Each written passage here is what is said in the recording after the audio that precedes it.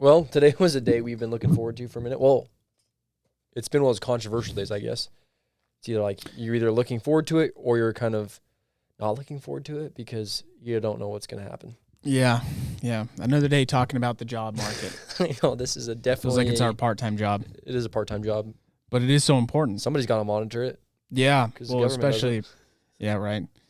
But especially because a lot of people are hearing the chatter about Fed rate cuts again, and on go the debate about Fed rate cuts and the effect on mortgage rates. Mm-hmm. And people thinking like, oh, I hear they're going to cut in September, so I think I might want to wait until after then. It's really never been about that. Unemployment or jobs data is the biggest driver of mortgage rates right now. And I would say inflation's even taking a backseat to the actual jobs data. Oh, for sure. Well, I think the forefront of where mortgage rates are going. Well, and I think it's because jobs data is the leading indicator for inflation. More people and lose just jobs. The economy in general. Exactly. Yeah. More people without a job. That's less people without, or less people that can spend money. Mm-hmm. Yep. And inflation's going down accordingly. Yeah. Yep. So, knowing that, here's some data that came out today from the BLS. More weakening, of course, and more than the markets had expected leading up to the report, which I think is going to continue. Finally, I think we've made the turn that we've been talking about for, it feels like years. Literally 3 years, yeah. So a couple things here. Let's see. BLS reported that there were only 22,000 jobs created in August, which was much weaker than the estimates of 75,000. So well underneath that. The 2 prior months were revised lower by 21,000. So June being revised to actually a negative number now. The first time that we've actually seen a negative number in 54 months, it was back in 2020. So wow, basically so 5 COVID, years since we've seen a negative number in jobs numbers. Yep. July was revised slightly higher, but it doesn't matter. The overall trend is significant weakening in the job market. And I know we talked about a couple of the Fed chairmen about a month ago when the other report came out that were signaling, like almost begging the rest of the chairman and the head chairman, Jerome Powell, to actually look at this data and start getting more aggressive in Fed rate cuts, which I think we need to understand that since that commentary has started, we've already most likely baked in the improvements from the Fed rate cut. Oh, dude, for sure. Even the past couple of weeks, rates are down over 0.25%. Yeah. In terms of mortgage rates. Right. So if we see a Fed cut, it's likely we won't see any changes in mortgage rates. Any changes, yeah. It's already expected by the market. Right. Yeah, and like if anything, what we also have discussed in prior podcasts and what I see from a lot of analysts is how do markets react to too aggressive or too quickly cutting interest rates? Right. And how does that impact inflation? And do we now have, you've got stagflation risks. So there's just, right. And I think the thought process behind that is, okay, if the Feds cut more aggressively than anticipated, say they cut drastically, markets could not like that. Rates could actually go up. Yeah, which is what they always do, right? We've talked about the 80s before. We've referenced back to this time in the economy and in mortgage rates. And what had happened was the Fed waited too long.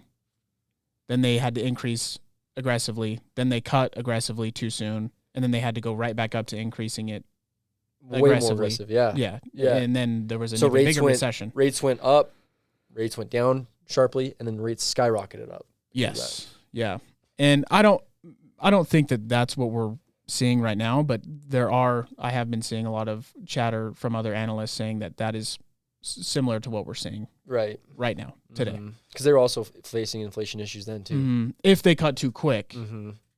But the thing is if you have a terrible job market, which I think we're on the path to that, and I think it has been that for a while, that is the leading indicator, but not only an indicator, that is the forefront of your economy. Right. If people aren't working, there's no money to be spent. There's no businesses to be created. Everything goes downhill from there, really. Oh, for sure. I mean, the thing for me right now is I tell people not to time the market, but if I were to time the market, now would be the time. Yeah. Just because we're seeing good momentum with rates coming down. It's not going to be a perfectly straight line down. There's going to be some bumps in the road. Right. But it's not very busy right now, the market. Yeah. We're seeing listings sit. There's a ton of opportunity for negotiations, the most I've seen in the past 3 years. Yeah, and I think what we're seeing as of recent too is it takes like 3 to 4 weeks, like longer than average, for the public to really react to this type of stuff. So if you're talking like a perfect window to be able to buy a house, because everyone always searches for that perfect window, it would be today. It would not be waiting for the actual Fed rate cut on September, because it's only a matter of time. That's when the news outlets get a hold of it. Yeah, exactly. It's going to hold a bigger weight to a lot of people. Because the correlation still isn't fully made there. Like, people are going to see, which is fine. We work in the business, so we understand it. But people are going to see that and be like, okay, it's probably a good time to maybe start looking into buying a house now. We've been waiting for this, so literally so many people have been waiting on the sidelines for lower rates. I mean, the stat is in Utah, let's just go across the nation, 5 million people can afford to buy that previously could not for every 1% the rates drop. And if you could foresee, like, the thing is that those types of swings in the market happen so quickly that if you could foresee those, you would be mega loaded. Oh, for sure. So you have to take advantage of it now. That's like buying on a dip on a stock that you know has got long-term, it's got really good longevity. Yeah. It's what we're seeing right now. Real estate's that stock that holds the best record out there. You might as well buy the dip. It's like the Apples, the Amazons, Tesla. Exactly. Yeah. So unemployment went up, let's see, from 4.2% to 4.3%. That was expected, but all the revisions and the signs of this continuing to get worse are obviously a clear shock to the market. So we're seeing mortgage rates improve as we speak. Let's see some other data here. It'll be interesting to see like dot plots and everything from the Fed on forward-looking outlooks on future Fed meetings, on if they expect to continue to cut. Well, yeah, there's actually, because of today, markets are pricing in a larger chance of a 50 or a 0.5% interest rate cut instead of a quarter, which a quarter is almost guaranteed at this point in September's meeting. I saw was like 90%. Yeah, so now there's chances that it's as high as a 0.5%. Interesting. So then we start opening up the conversation as are they going too aggressive? Are they doing too much too fast? Yeah, and maybe, I don't know. It depends. If the job market continues this path, you only have one option, really. Yeah. Consumer spending will be interesting to look at too, heading into holiday season. It's right around the corner. Yeah, that is true. And unemployment on the rise, weaker job market, people are getting tighter, and we've already talked about stacking credit card debts and balances. Does your home and auto insurance seem to go up every year without fail? Mine did too. I thought this was just the way the insurance industry worked until I found my friend Alan Johnson with American Family Insurance. After more than 15 years with the same insurance agent, he saved me over $3,000 per year when I switched. I refer all my family, friends, and clients to him, and their experience is similar. Great rates and a great experience. Call Alan for a free quote today at 801-708-2962. Tapping out doesn't take 6 months. It takes years and years. So yeah, for sure. We've mentioned it. I think we're hitting this tipping point. We have to be. And this is what people like. Everyone wants lower rates. We all want lower interest rates. This is what has to happen for lower interest rates. Oh, for sure. Lower interest rates doesn't just happen because somebody waves a wand and now mortgage rates and Fed rates are low. They become low for a reason. Yeah. Well, it's getting to the point now where I'm getting people that are reaching out to me that like, dude, I don't care. We'll refinance. We'll get rid of our low rate we got during COVID. We're drowning in debt. Like the monthly payments are just adding up. The minimum payments are getting larger. Credit limits are running out. We've got to do something. Yeah, I agree. It's the storm that is required to get lower interest rates. Yeah. I think personally, if you're going to, and every situation is different, but if you're in a situation where you're feeling the pressures of higher rates and your credit card rates are just more than you can handle, maybe the first option isn't looking at refinancing though. Maybe it's getting a home equity line of credit. Maybe it's a second mortgage on the primary residence, because there's some powerful products out there right now that allow you to still maintain that really low rate on your first mortgage. Mm-hmm. That way you can avoid touching that.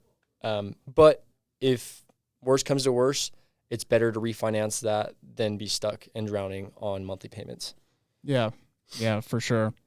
And right now is a good time to put those contingency plans in place, because we can talk about the unemployment data and everyone could silently be cheering for the unemployment rate to go up and job growth to slow down tremendously, because we know that brings lower interest rates, but that also impacts families, obviously.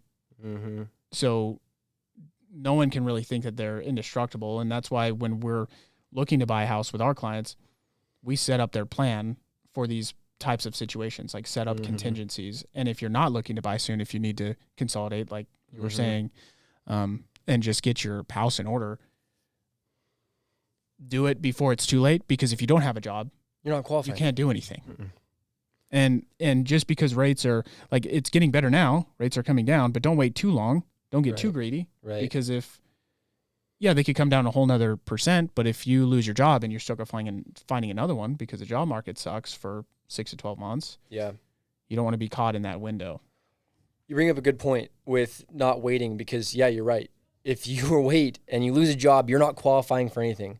Where a HELOC, the advantage to a HELOC is it's a line of credit. You don't have to use it if you have it open. Yeah. Like, just have it open just in case. And then I had somebody that was like, no, I don't want to do that because rates are so high right now. Well, right now is one of the best times to get a HELOC. You're on the other end of the cycle. Exactly. Because now if you're in 2022, I might say no, because it was a terrible time. Yeah, because the rate was going up like every month. Exactly. The reason why I say that is a lot of, now we've got some fixed rate HELOC options, but a lot of HELOCs are variable rates, meaning they're adjusting based on what the market's doing. 2022, it wasn't smart because you were getting in at an introductory rate of like 2 and 3%. By the end of 2022 or 2023, you're sitting at a 7 to 8% HELOC rate. It's just, you probably saw your payment double, if not triple, in that time period. Now we're on the flip side. Rates are starting to come down on those HELOC rates. They follow the Fed funds rate pretty closely. As you see those drop, you're going to see your HELOC rates drop. So it's not a bad idea right now to get one, because you'll probably get an introductory rate that's a little bit lower. And then once it starts adjusting, typically after that first year, you're going to see it come down with the market rather than go the wrong direction. Now, that's not a guarantee, no crystal ball, but the general direction we're seeing is down. Yeah. Yeah.